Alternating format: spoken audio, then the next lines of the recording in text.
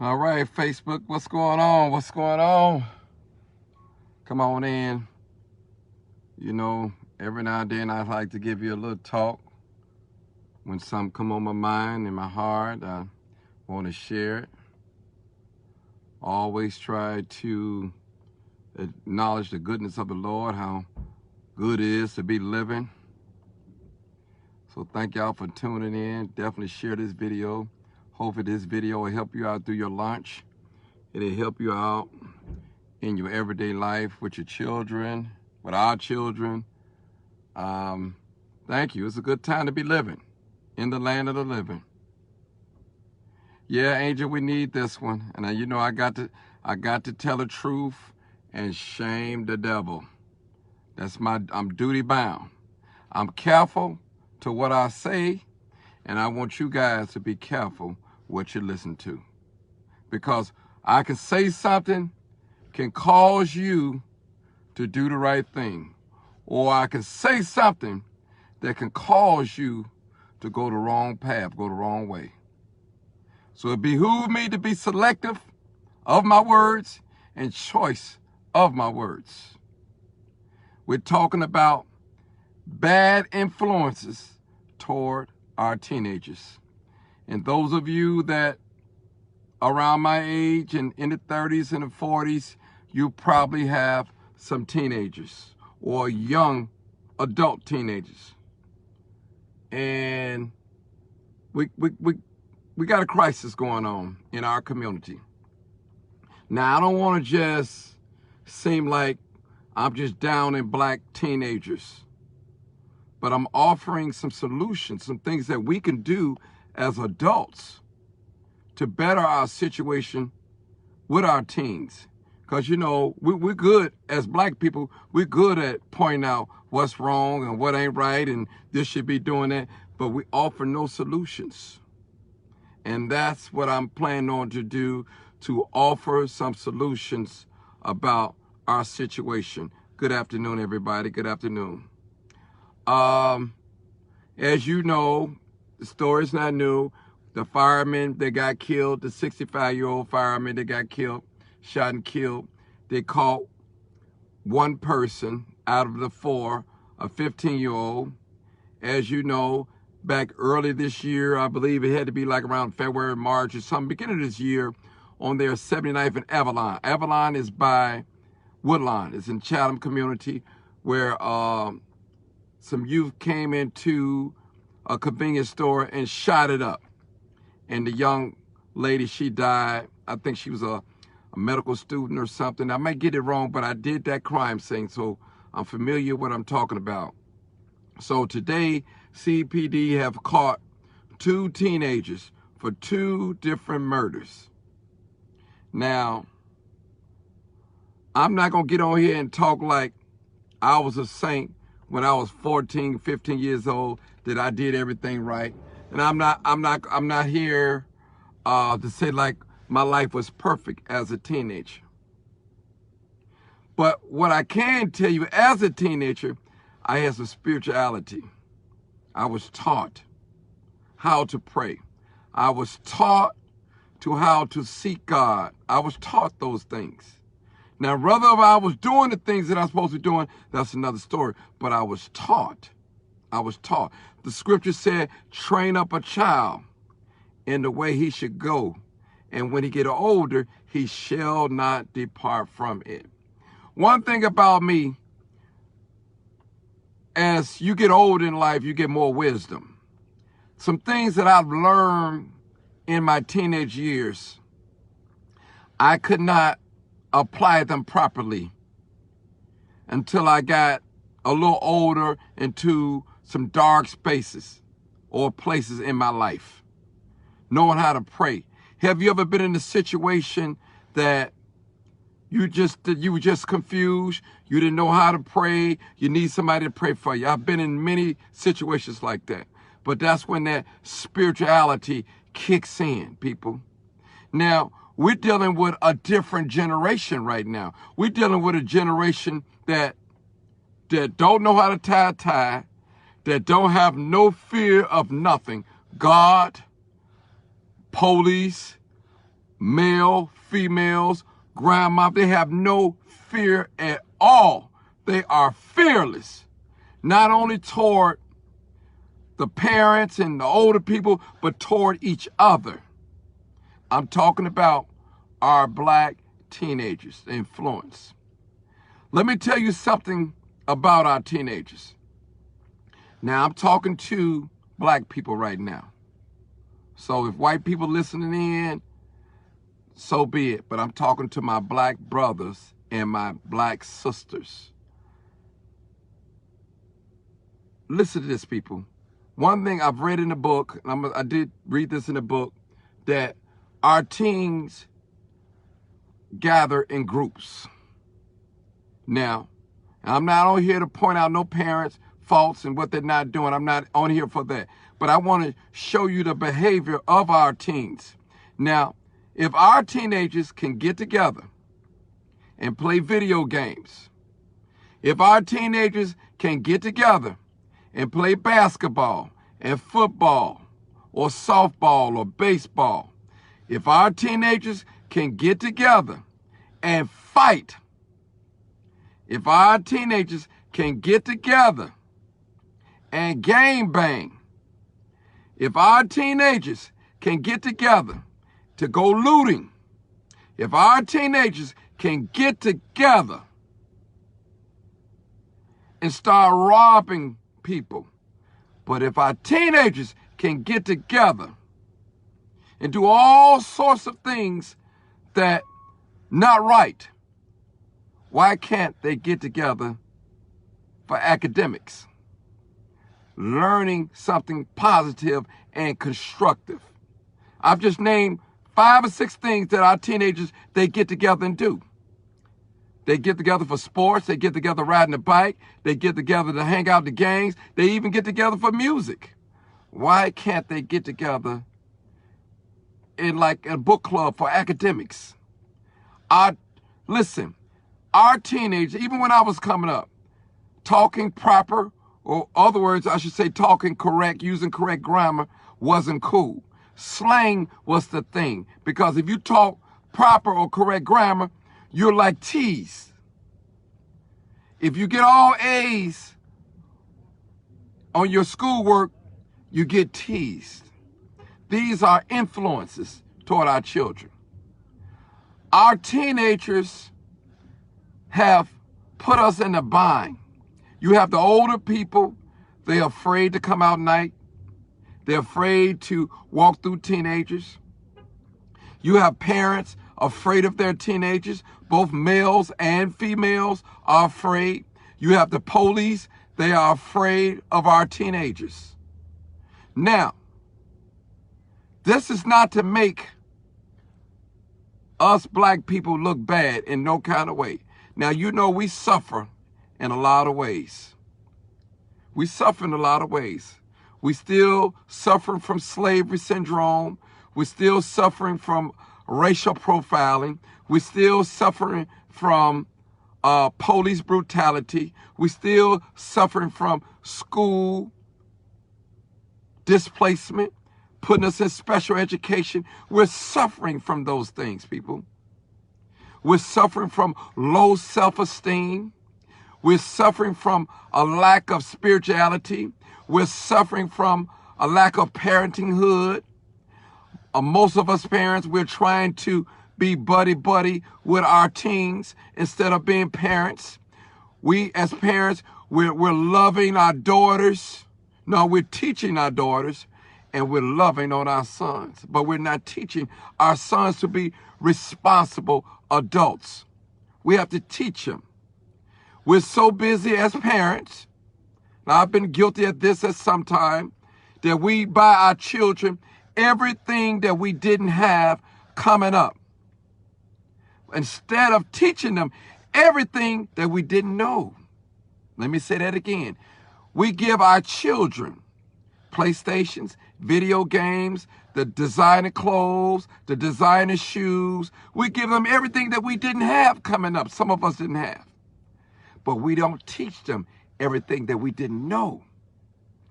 That's what we should do more focus on.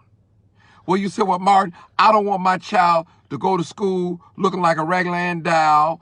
I don't want my child to be looking like a bomb, holes in the shoes like I went to school. Sometimes it takes that to make us a better person. Listen, people, there's no successful people out here that didn't fail. Trust me. There's no such thing as instant success. Failure will be your friend first. Then success comes. That's all I want to say. That's all I want to talk about. When I was coming up in teenagers years in my 18, 19, 20, and when we would hang on the block, and we did hang on the block. Now, it may be 20 or 30 of us on the block. And out of 20, 30 of us, it may be 2 or 3 guns. Now, on these blocks now, everybody got guns. It was hard to get a gun when I was a teenager. But right now, guns are they're just so prevalent to our teenagers. It's almost to the point that you're afraid to say something to them because they may take it the wrong way and pull out a gun and bow, bow. And some of us parents, we have created our children to become monsters. We telling our children, shut the F up. Sit your silly ass down, for I smack the F out of you. We're talking about little bitty children. We're talking to little children like that. And we wonder when they become young teenagers, nothing affects them. Nothing. Because we have already bred them to accept that type of language. I can only talk like this because I know I never swear at my children. Did I discipline them? Yes. Did I punish them? Yes, I did. So I'm saying, parents, how would you like for somebody to tell you, shut the F up, before I hit you in your mouth? You punk ASS. How would you like that language towards you? You wouldn't like it, and you're an adult. So what you think of a little bitty child when you scold a little child in that type of language? You're making them hard. You're making them sensitive, insensitive, if I may use that. These children, they get out here, they fear nothing. They respect nothing. They don't respect authority at all. They don't respect their teachers. The teachers are afraid of our teenagers. The police are afraid of our teenagers. Parents, both males and females, are afraid of their own children. And what do? Girl, I can't do nothing with him. He's standing up against me. He's smoking weed. He coming in late. He's standing up to me like a man. I can't do nothing with him. I'm going to call his father. I'm calling his daddy to come and get him. But you as a parent, you didn't want him to have anything to do with his father. See, let me just say this.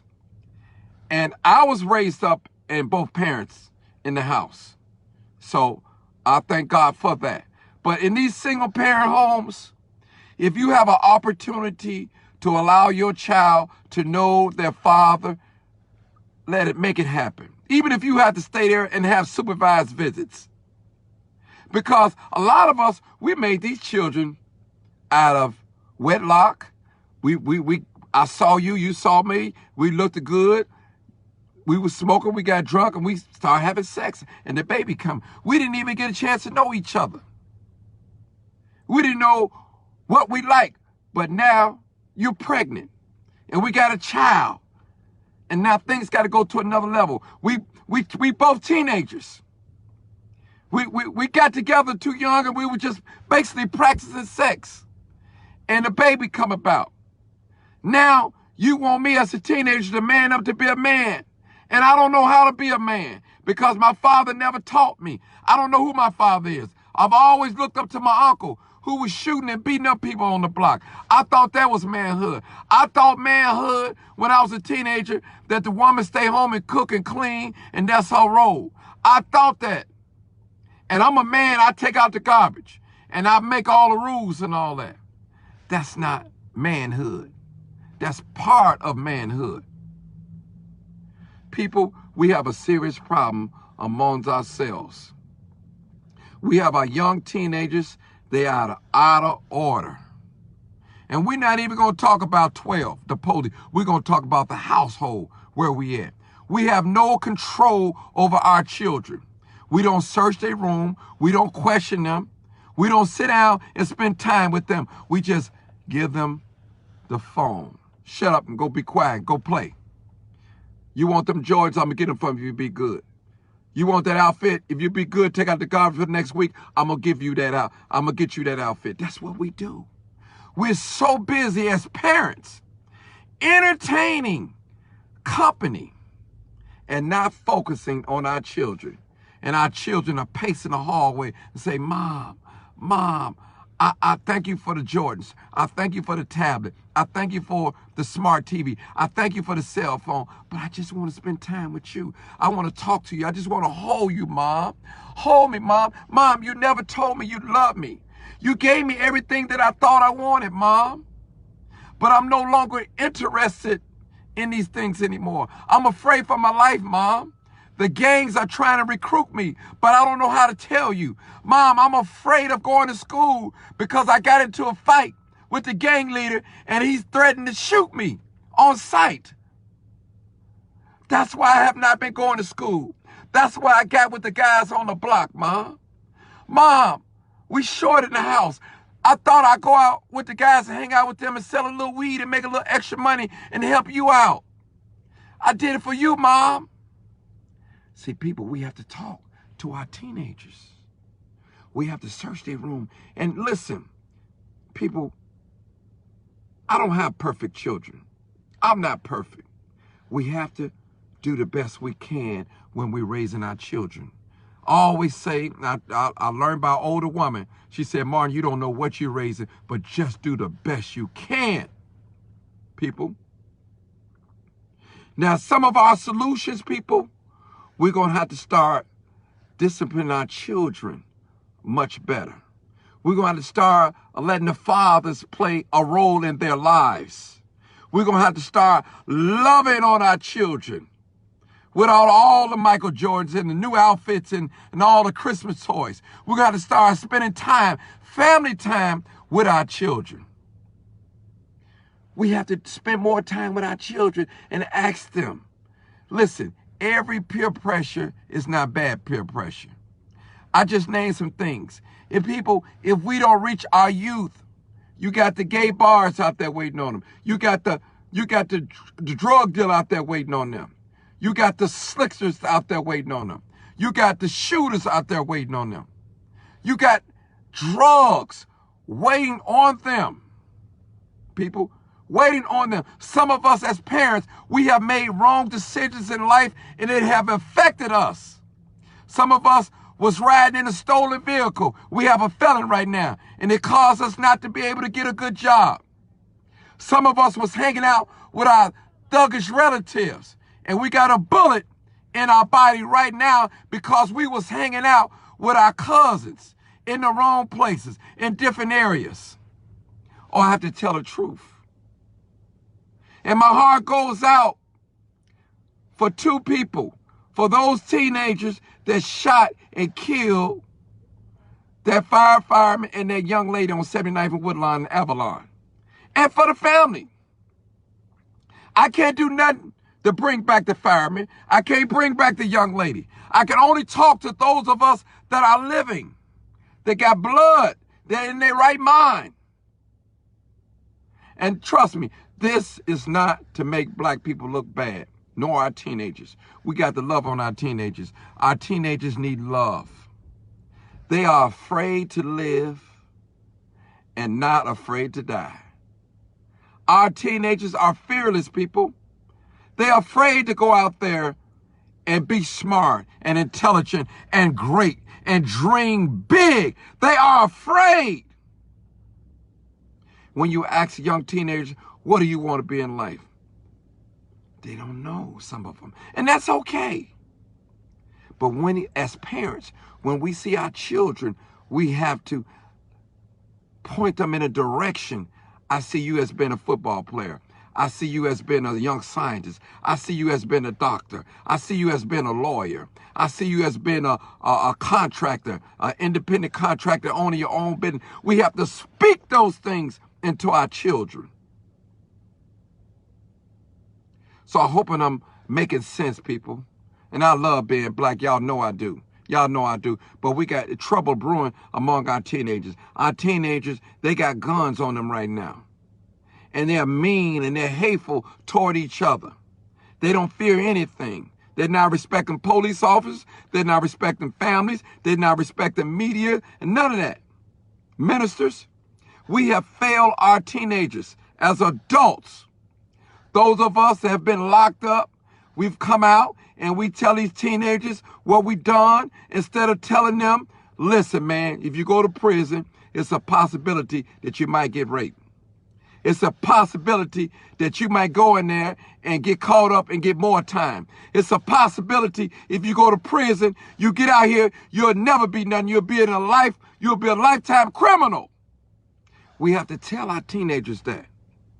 See, our teenagers think it's okay to rap that drill music, killing and disrespecting women. That's poison the mind, people. How much of this negativity can we take without it affecting our lives?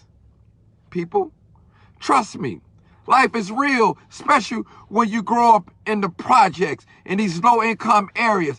It's talking about survival. You have to survive. And I understand. I made it. You can make it.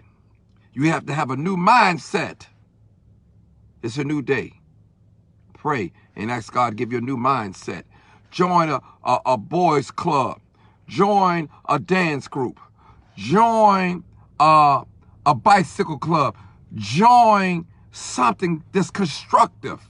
Go to the gym and play ball. That's all. And never forget God in your endeavors. And I'm not promoting no religion, but I'm promoting God. You need that spirituality, young man. If it wasn't for the church, I wouldn't be who I am today, people. And my life wasn't perfect, and it's still not perfect. But there is a respect that I demand, and there's a respect that I give. I got young children, young adults that respect me. And some of us grow up not liking our parents. We don't understand the way our parents be on it. Well, you not like Martin and father in the projects. He let them stay out to 10 o'clock. Listen, every household is ran different. As the old folks say, you'll understand it all by and by. Some things you can't understand in your young teenager years. When you become a full or grown adult with responsibility and family, then you'll say, this is what mama was talking about. This is what daddy was talking about. Young man, when you pull that trigger, there's no rewind button. Young lady, when you get in that car with that young man that you know is hot and everybody's shooting at him, and you lose your life and you leave your kids out there parentless, you can't say I didn't tell you. This thing is real out here, people. I love black people. I'm black myself. I've never sold my people out for nothing. Clout, I have clout, all the clout that I need, and it doesn't make me. Some of you have met me in the street, and you just say, like, man, Martin, you cool. I thought you would be somewhere. No. I'm real, people. I'm for my people. It ain't that I hate white people. I love my people first. Jesus said he brought salvation unto the Jews first, then the Greek. So I'm bringing deliverance and peace and blessings to my people first. We need it. We're sick, people. We don't even know what love look like. When I love on people, they think I'm trying to get in their underwear or what's to him? Is he gay? No, I'm loving on you, sister. I'm loving on you, brother. I don't want nothing from you. I'm not trying to move in your apartment. I don't want your money. I'm just loving on you. You're just not used to folks loving on you and not wanting anything. This is real, people. We have to love on one another. We shouldn't have to get paid to help our community. It doesn't hurt for adults such as myself to talk to young teenagers. And if you don't want to talk to a random teenager, talk to the ones that's in your family that you know, that you feel comfortable talking to. Do that favor for me. Help them out. Let them cut your yard, water your grass, take out your garbage. Give them some change. Give them hope. Teach them a trade. These are solutions. Teach them what you know. Don't be like some of these old career politicians. They're going to die in office. And when they die, everything that they know, it dies with them. They don't bring the youth into the next generation. When was the last time you sat down and had a talk with your teenager without cussing, hollering, screaming, and calling him or her names? When was the last time? Ask yourself that. When was the last time you told your teenager that I love you? In spite of your behavior, I still love you. When was the last time? Ask yourself this a question as a parent. Some of us parents, we have failed our teenagers. We're walking around in our communities, not feeling safe, looking at people that look just like us. We're afraid. The teachers are afraid. The police are afraid. The coaches are afraid. The preachers are afraid to approach our teenagers. What have they become of us? These are our teens, people. We have to embrace them. We spend money with all these foreign-owned businesses, and their teenagers are not hanging on the corner. Their teenagers is not out here selling loose squares, weed, and dope standing on the corner. Their teenagers is getting prepared to be the next leaders, politicians, doctors, and lawyers, and property owners. And our teenagers are killing each other like it's PlayStation, Xbox 360, and thinking nothing about it. We have failed our teenagers, parents, coaches, ministers, teachers, friendly police officers. We have failed our children. These are our children that's carjacking. These are our children that's sticking up robbery. These are our children that's popping pills. These are our children that got a habit smoking loud. These are our children that's drinking lean. These are our children. They have names. They just not popping out the sky. They came from out of your womb, young lady. They came from your sperm, young man. These are our children. Share this video. And this is not to come down on hard of us. We have to do a better job by loving on our children, sitting down and talking with them. Talking with them about sex. Talking them about the science of dating and mating, relationship. The science of how important education is. It's okay to have all A's and B's. It's okay to speak with correct grammar in its place. It's okay. It's okay. It's not okay to shoot each other. It's not okay to sell drugs. It's not okay to rob. It's not okay to disrespect adults. It's not okay to tell your teacher to fight against your teacher. It's not okay. We have to tell this. The teacher, when the teacher calls us as parents, we go off on the teacher. That's not my child. Well, your teacher is spending 6 to 8 hours a day with your child. See, let me tell you something, parents. When I was coming up, listen, my mama probably looked at me as an angel, but when she wasn't around, Lord knows what I was into. And see, there's an old cliche say, loving eyes don't see no wrong. You can see fault in everybody else's children, but your own. So don't tell me about my children when your children out there doing everything under the sun and you turn a blind eye. Your children are out there shooting, killing, robbing. You don't see that, but you'll get on social media and talk about these little young 15-year-olds that did that murder against that fireman and that young lady. but you won't discipline yours. You don't want to hear this.